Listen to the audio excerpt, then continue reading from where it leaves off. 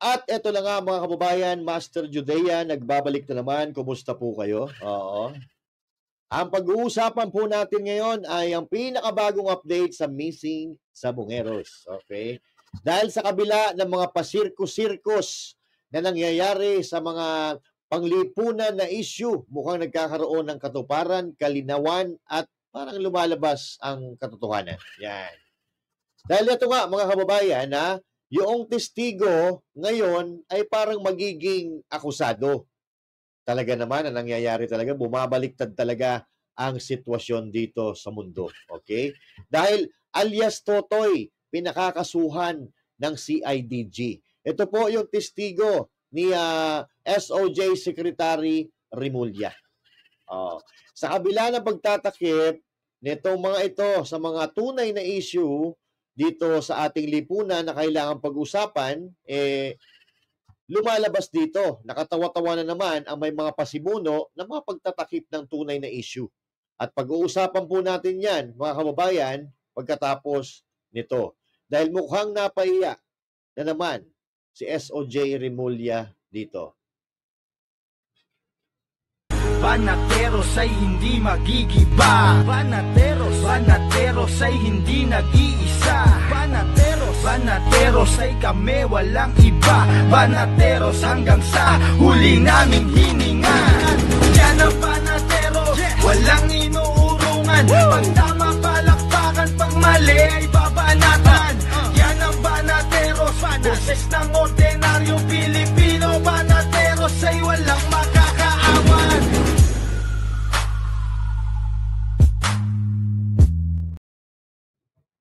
Ayan, oo.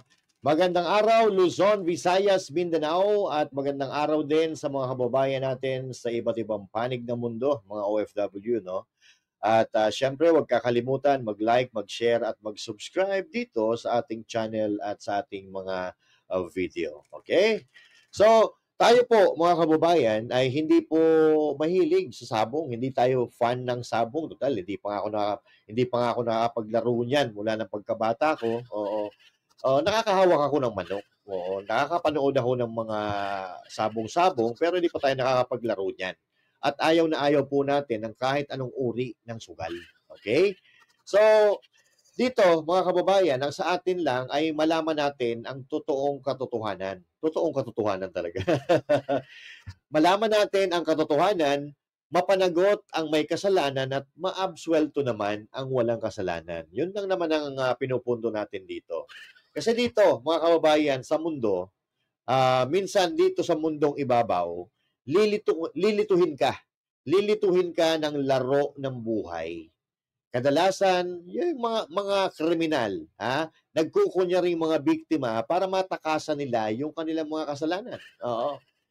Pero ang katotohanan, hindi mo talaga matataguan ang katotohanan. Pag ikaw ay may kasalanan, malalantad at malalantad.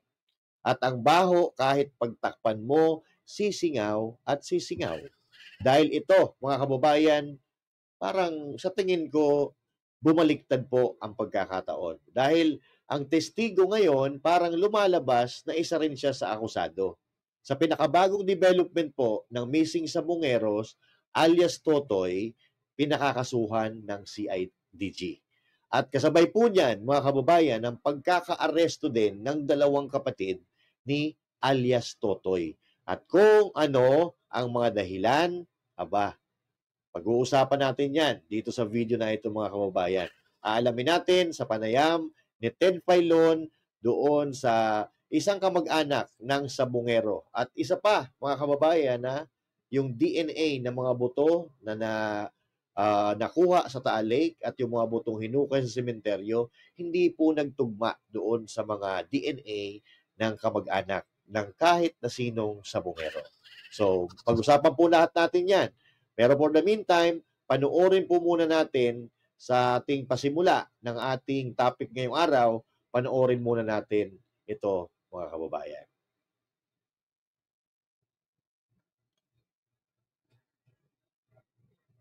At isa po sa mga si Boy ay kapamilya ng nawawalang Sabongero. Nawala yung kanyang kamag-anak noong pong Abril 28 Opo, at sila po ay taga Bulacan at huling nakita dyan po sa Santa Cruz, Laguna, dyan sa Philippines Arena sa Santa Cruz, Laguna. Para lang ho natin makumpirma itong pagpapatawag sa kanila umano ng CIDG. Boy, magandang umaga. Magandang umaga po. Oo, si Ted Filon to at si Chacha sa ating programa sa True FM. Boy, kailan kayo nakatanggap ng tawag o imbitasyon para magpunta doon sa CIDG? Sa Camp Crame ba to? Opo, sa Camp po. Pwede mong ikwento sa amin please, anong petsa at paano kayo kinontak nga? Kasi po nung napumontak po sila sa amin para pumunta ng Crame, hindi ko na kasi naanon yung pinaka-exact date na. Itong huli lang po patawag nila, hindi po kami nagpunta nun eh. Kasi nga po, may tumawag po sa akin na CIDG at may utos na raw po sa kanya yung nakakataas na kakasuhan daw po si Mr. Julie Patidongan. Yun! Okay. So ito mga kababayan, ang kausap po ni Ted Filon ay si alias Boy. Kamag-anak po ng isang missing sa Bungero. May tumawag di umano sa kanya mismo particularly, na isang pulis, particularly taga CIDG, na pinakakasuhan si Totoy Patidongan, si alias Totoy. Ito po ay testigo ni SOJ Secretary Rimulya. Kilala naman po natin yan. At ang sabi ni alias Boy, pinakakasuhan daw ng nakakataas. Paktay ka diha. O, himay-himayin natin. Sige, ikwento mo lang. Yung sinasabi mo na pinatawag kayo, sino ang tumawag sa iyo? Kung di mo kayang banggitin yung pangalan, okay lang. Kung di mo matandaan yung petsa, ito ba ay last week? Nung isa pang linggo? Ano ba kakatanda mo? At ano ang sabi sa inyo, sa iyo mismo? Tumawag sa akin ng CIDG, itong pagkakatanda ko itong week lang na to. And then, ang pagkakasabi niya po sa akin, pinapapunta kayo ng CIDG, gusto kayo makausap ng director. Nako. And then, sabi niya, gusto niya kami makausap, and then doon ko lang po tinanong, para saan po yung patawag? And then, yun nga, sinabi nila na about doon daw po sa affidavit namin na para mag-file ng kaso. And then, yung before po kasi kami tinawagan po muna ako noon. Siguro, mga 3 days before, bago po yung patawag, natawagan na po ako noon kasi pinapalo up ko po yung about sa case po namin eh. Pinapalo up ko po yung sa affidavit namin. Ngayon po, nung tinawagan po ako, ang sabi niya sa akin, isa raw po sa kakasuhan namin which is yung witness namin na si Don Patidongan. So, doon po, nag-react na po ako. Bakit niyo po kakasuhan yung witness namin? Siya nga po yung pinaka-witness namin. Yan, magtataka nga naman. Ito ang witness natin, bakit mo kakasuhan? Diba? Bakit mo kakasuhan na ito ang magiging sagot sa mga katanungan ng mga kamag-anak ng mga missing sa Bungero? Ang pinakamalaking tanong, bakit mo kakasuhan? So parang nawala ng pag-asa itong si alias Boy. Bakit mo kakasuhan yung testigo natin? Iyaan nga ang maglilinis. Iyaan ang magbibigay sa atin ng katarungan para sa kanilang mga kamag-anak. Okay. Alam ko, meron na kayong mga question dyan sa utak ninyo. Pero mamaya, ituloy natin at baka sakali na ma-realize ninyo din kung ano ang nangyayari. Hindi kaya itong si alias Totoy ay ginamit lang din? At habang gumugulong ang investigasyon, nakakuha ng mas matibay na lead ang CIDG na mag-uugnay kay alias Totoy na isa rin palang akusado. Pagdugtong-dugtungin natin. Hindi niya naman na-explain doon na sinabi niya, ang sabi niya lang sa akin, utos daw po ng nakakataas. Patay. Tapos nung time na yon, hanggang sa kasi po kami po mga grupo ng missing sa Bungero, may grupo kami. Kami, within 4 years po namin ng pag-aantay ng ng resulta o hustisya, so parang nagiging vigilant na kami, nagiging maingat na kami at talaga mapagtuklas na rin po kami pagdating sa mga ganung bagay. So noon nalaman ko po yun na nakakasuhan daw po nila si Julie Patidongan na utos na nakakataas sa kanila, doon na po ako nag-react. Bakit po? Bakit kailangan kasuhan Yun nga po ang witness namin. Kaya po yung time na yon, hindi na rin po ako nagpunta nung sa patawag nila kasi nga po, parang nadadivert na po kasi yung kaso Ang iba naman, kung sa kakasuhan nila si Don Patidongan, pagdating po sa case namin, wala naman po kinalaman sa Don na dapat siyang kasuhan. Yun po yung nangyari. Okay. Yung bang tumawag sa iyo, kilala mo na siya? Talaga bang pulis siya sa CIDG? Oh, yes po, pulis po siya. Babae ito lalaki? Lalaki po.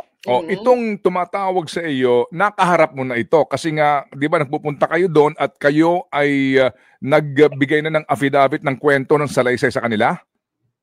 Opo, nakaharap ko na po. So meaning itong tumatawag sa iyo na taga CIDG, totoong pulis, nakaharap mo na at noong una katulong niyo para nga sa kaso. Opo. Okay. Yung bang nakaharap ko na po siya. Okay, sige. So yung affidavit, taga-Krami ito, no, yung tumatawag sa iyo, di ba? 4A po, Region 4A po, Laguna. Taga Region 4A, hindi taga-Krami na si IDG. Hindi po. Okay. So itong taga Laguna na si IDG, saan kayo pinapupunta dapat? Kung pupunta nga kayo para doon sa affidavit na magdidiin na kay Patidongan, saan ka pinapupunta? Sa Krami po. Yun. Sa main headquarters na sa Krami. Opo, sa main opo. Okay, sige. Okay. Mukhang may natuklasan itong CIDG ahente ng Batangas. Patay tayo dito. Oo. So, ang nakakalungkot dito, mga kababayan, parang sa una, binigyan nila ng false hope itong mga kamag-anak ng missing sa Bungero. Pinaniwala nila na kakampi natin. Kakampi natin itong si alias Totoy Patidongan. Oo. Baka may bagong natuklasan ngayon ang CIDG at may kinalaman ba ito sa pagpapalit ng pamunuan or direktor ng CIDG? Kasi ang dating direktor ng CIDG ay si Torre. Tapos ngayon, naging PNP chief siya. Iba na siyempre ang magiging direktor ng CIDG sa katauhan ni yung lalaki din ang nakalimutan ko lang yung pangalan. So, at sinabi ni SOJ Remulla na may bago raw na testigo. Bago pa man sumabog ito, mga kababayan, na issue nakakasuhan si alias Totoy, ang sabi ni SOJ Remulla, may bago daw silang testigo na ilalabas. Pero hanggang ngayon, wala pa po tayo nakikita. Hindi pa ata kompleto yung script. Oo. Pero tuloy natin itong interview. Maganda ito. Yung bang affidavit nakita mo, nabasa mo? Hindi pa po. Pero meron po kaming nakitang affidavit na nakalagay sa respondent yung tatlo pong magkakapatid. Oo. Hindi. Pero yung affidavit na sinasabi na bago na, kamo, no, na kung saan ang sinasabi ba, tama ba, ang magiging main suspect na, ang magiging main accused na ay si Patidongan. Opo. Nakita mo yon? Bali, hindi ko po nakita yung affidavit nun kasi doon pa lang po nila ipapakita sa akin doon sa patawag po na yon. Nung pinatawag na kami sa Krami. Pero hindi ka nga pumunta. Hindi po. Nagkaroon ba kayo ng chat ng mga kapwa mo, mga complainants dito sa development na ito? Pinag-usapan nyo ba na ang inyong star witness na magiging main suspect? Opo. Doon nga po nag-start po yun Kaya nga po napaalam din po namin sa SOJ yun at kay Chief PNP Torre po. Ano sabi ng mga kapwa mo, mga pamilya ng biktima dito? Siyempre po, gagalit din po sila. Bakit ganun ang mangyayari? Yung witness namin, yung pangkakasuhan namin, para naman pong iba naman po yun. Oo. Para ang nangyayari kasi, parang napaglalaruan ng isipan at damdamin nitong mga kaanak ng missing sa Bungero. Ikaw ba naman sabihin mo, ito, kakampi natin to. Ito ang pinakamatibay na testigo natin para makamit ninyo ang hustisya para sa inyong mga kamag-anak. Pero ngayon, mababaliktad. yung kinikilala nyo na star witness, kinikilala nyo kakampi, kinikilala nyo na makapagbibigay ng hustisya sa inyo, yun pala ang kalaban nyo. Why in the world? And later, malalaman nyo kung bakit. Okay? Tuloy. Kasi, kaya nga po siya lumabas eh. Kaya nga po state witness eh. Ibig sabihin, siya talaga yung magtuturo kung ano yung totoo. Bakit kakatuhan? Okay. Sige. So, itong informasyon na sinasabi sa iyo nung tumatawag na sa iyong pulis, no? Sa group chat ninyo, paano nakarating kay SOJ Remulla at maging kay Chief PNP? Sino nagpaabot sa kanya? Bali po, meron po kami kasama sa mga missing sabongeros na meron po. Lahat naman po kami halos eh, meron po kaming access. Contact po pagdating po sa SOJ at sa kay PNP po. Okay. So, ikaw ba mismo ay kumontak kay Secretary Remulla, kay Chief PNP at kumbaga nagsabi nitong pinakahuling development na to? Bali, hindi po. Meron po akong pinagsabihan. Siya po yung talagang may directly contact. Sinabi niya po kay ASEC, Sir Eli Cruz. Doon po niya po sinabi. Okay. Pero ang development ngayon, yung sinasabi daw po na hepe ng naturang PNP branch, no, ay relieved na. Opo. Actually, masaya nga po kami dahil po napapagalan nga po kami doon sa pag-iimbestiga na ginagawa nila eh. So, doon simula po nung sinabi nila na divert yung kaso, na kakasuhan nila si Dondon Patidongan, medyo nag-alala po kami doon, nag-trigger po talaga sa amin yun. Kaya nung na-relieve siya, medyo na-ano po kami kasi at least magiging okay na sa pakiramdam bago naman, sana nga maging okay na po yung pagdating sa investigasyon. Okay, sige. Ni-relieve mga kababayan yung pulis na nagsabing kasuhan nila si Dondon Patidongan. Oo. Pero mukhang may twist Oo. Kasi may mga pulis na galit kay Patidongan at gusto siyang pakasuhan, pero itong gusto magkaso kay Patidongan ay nirelieve sa pwesto. There's something wrong. There's something wrong here. I smell something. Tuloy. Okay. So, but so far ngayon, ano na ang latest? Meron bang report sa inyo dito sa meron naman daw po. Ang inaantay na lang po kasi may pinapalang po kami ng mga dental records about dun sa meron naman daw pong development. So hindi lang namin masyadong na ano pa yung specific kung ano po yung nakuha, pero meron daw po talaga. Okay, sige. Ayan, oo. So yan, pinaasa na naman po sila mga kababayan na may maganda naman yung development. Maganda naman yung development doon sa takbo ng kaso regarding dito sa mga missing sabongeros na ito. Pero ang nakakalungkot mga kababayan, parang nililigaw nila itong mga kamag-anak ng mga sabongero. Okay? So katulad ng sinabi ko, binibigyan sila ng false hope para manatiling kalmado at maghintay sa magiging resulta po ng takbo ng kaso po na ito. Pero ito na nga, yung DNA test, sabi nung ni alias Boy kanina, nakausap ni Ted Filon, may development naman daw. Pero hindi po ganon ang sinasabi ng resulta ng pag-extract ng DNA mula doon sa mga buto na nakuha sa Taal at doong nahukay nila sa sementeryo. Okay? Ito po, mga kababayan, nasa screen. Basahin ko. DNA profiles sa mga butong nakuha sa Laurel, Batangas. 3 DNA profiles na nakuha ng Philippine National Police mula sa mga butong na-recover sa isang sementeryo sa Laurel, Batangas ayon kay PNP spokesperson Brigadier General Jane Fajardo. Sa gitna nito, sa gitna ito ng paghahanap ng mga nawawalang sabongero. 2 sa DNA profiles ay mula sa lalaki at isa naman ay sa babae. Isa naman ito tumutugma sa 23 DNA samples na mula sa mga kaanak ng nawawalang sabongero.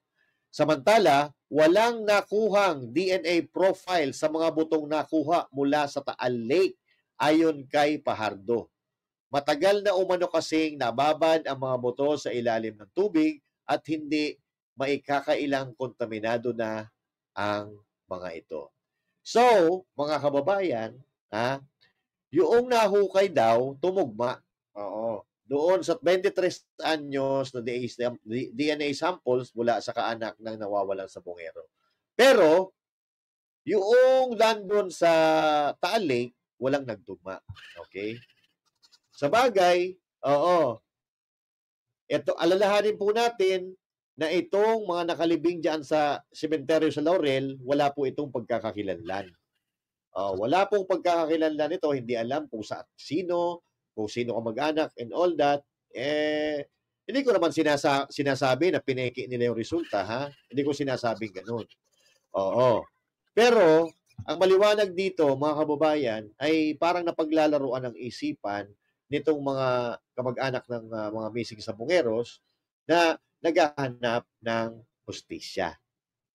So, think about it, mga kababayan. Sabi nga ni Ted Filon, think about it.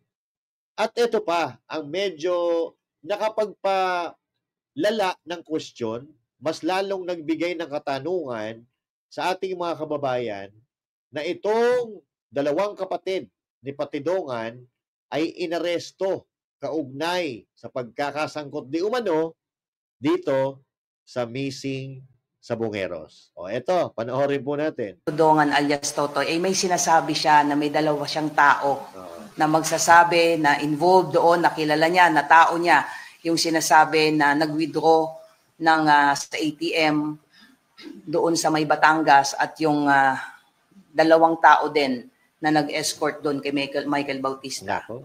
So itong dalawang tao po na ito, hindi niya po binanggit na mga kapatid niya. Nako! General Macapas coordinated with the Bureau of Investigation for the immediate facilitation ng kanilang pagkuha doon sa mga tao po na ito. So nagko-plan po, nag-formulate po ng case operation plan po ang CIDG led by General Macapas po. From the original na bansa sa Southeast Asia, lumipat din po sila sa isang bansa sa Southeast Asia din, ay tumulak po no less than si General Macapas papunta po doon sa lugar na yon.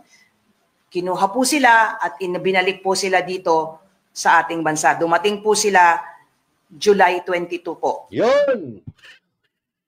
So, nandito sila, mga kababayan. Now, think about it. Sabi ni Ted Filon. Kung ang dalawang kapatid ni alias Totoy inaresto dahil di sila daw umano ay sangkot dito sa missing sabongero, sa tingin nyo ba si alias Totoy ay absuelto? Hindi sinabi ni alias Totoy na yung dalawa niyang tao ay kapatid niya. Hindi kaya ito rin ang dahilan kung bakit pinakakasuhan din si alias Totoy ng CIDG? Uulitin ko, yung kapatid ni alias Totoy ay inaresto sa pagkakasangkot sa missing sabongero. Kayo na ang magsabi kung si Totoy ba ay absuelto dito. Dahil ako, hindi ko ipapahamak kapatid ko eh. Ikaw ipapahamak mo kapatid mo? Ha? Hindi ko ipapahamak ang kapatid ko kahit anong mangyari, kapatid ko yan. Diba? Kung ako man ay gagawa ng kalokohan, hindi ko dito i-involve ang kapatid ko. Diba?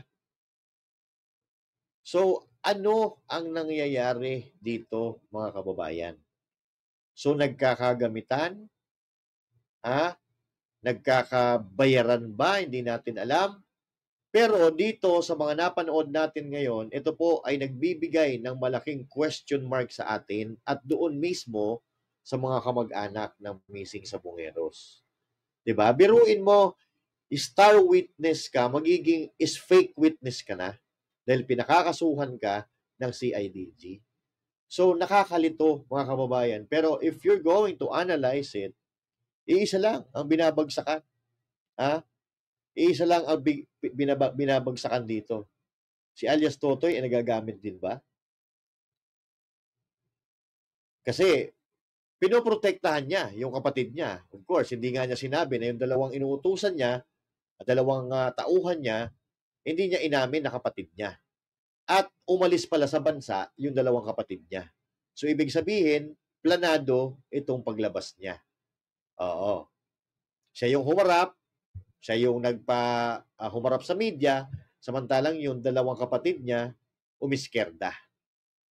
So, think about it, mga kababayan. Pero, mag-aabang pa rin tayo. Mag-aabang pa rin tayo ng mga development po dito kasi sa atin, wala naman tayong pinaparatangan dito. Kaya nga nagkakaroon ng investigasyon at ang gusto natin malaman yung katotohanan para hindi naman nagbumukhang tanga itong mga kamag-anak. Kasi buhay po na wala dito, mga kababayan. So, the relatives of the missing Sabongeros deserve to know kung nasaan ang whereabouts or bangkay ng kanilang mga kamag-anak, kung may aasahan pa ba silang babalik na kamag-anak sa kanila. Kasi hindi po biro ang trauma na naibibigay nito doon sa kanilang mga kamag-anak. Diba? Pero iba, bigla ka nalang mawawala. Diba? So, masakit po yun para doon sa kamag-anak. At nawa ay magkaroon ng patas na investigasyon dito, tamang pamamaraan, at hindi mapagbibintangan yung wala namang kinalaman. Bagkos ay maparusahan yung tunay na may sala at may kagagawan nitong mga kasalanan na ito, mga kababayan. It doesn't matter kung sino yan. Basta may kasalanan na patotohanan, malinis ang investigasyon, wala tayong problema dyan. Oo. Kaya lang ang problema, baka idikit na naman ito sa mga Duterte. Baka sabihin na naman, nananakot yung mga Duterte.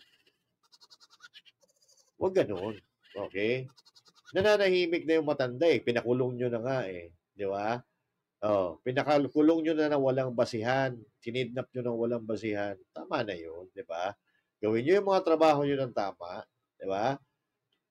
Sundin ang tamang proseso at naniniwala ako, kapag sinunod mo ang tamang proseso, kung walang masasagasaan dito, mananagot ang tunay na may sala at ang dapat managot dito. Mga kababayan, magkita-kita po tayo muli. At ito po si Master Judea saying thank you. God bless you all, and to God be the glory. Magandang hapon po sa inyo lahat.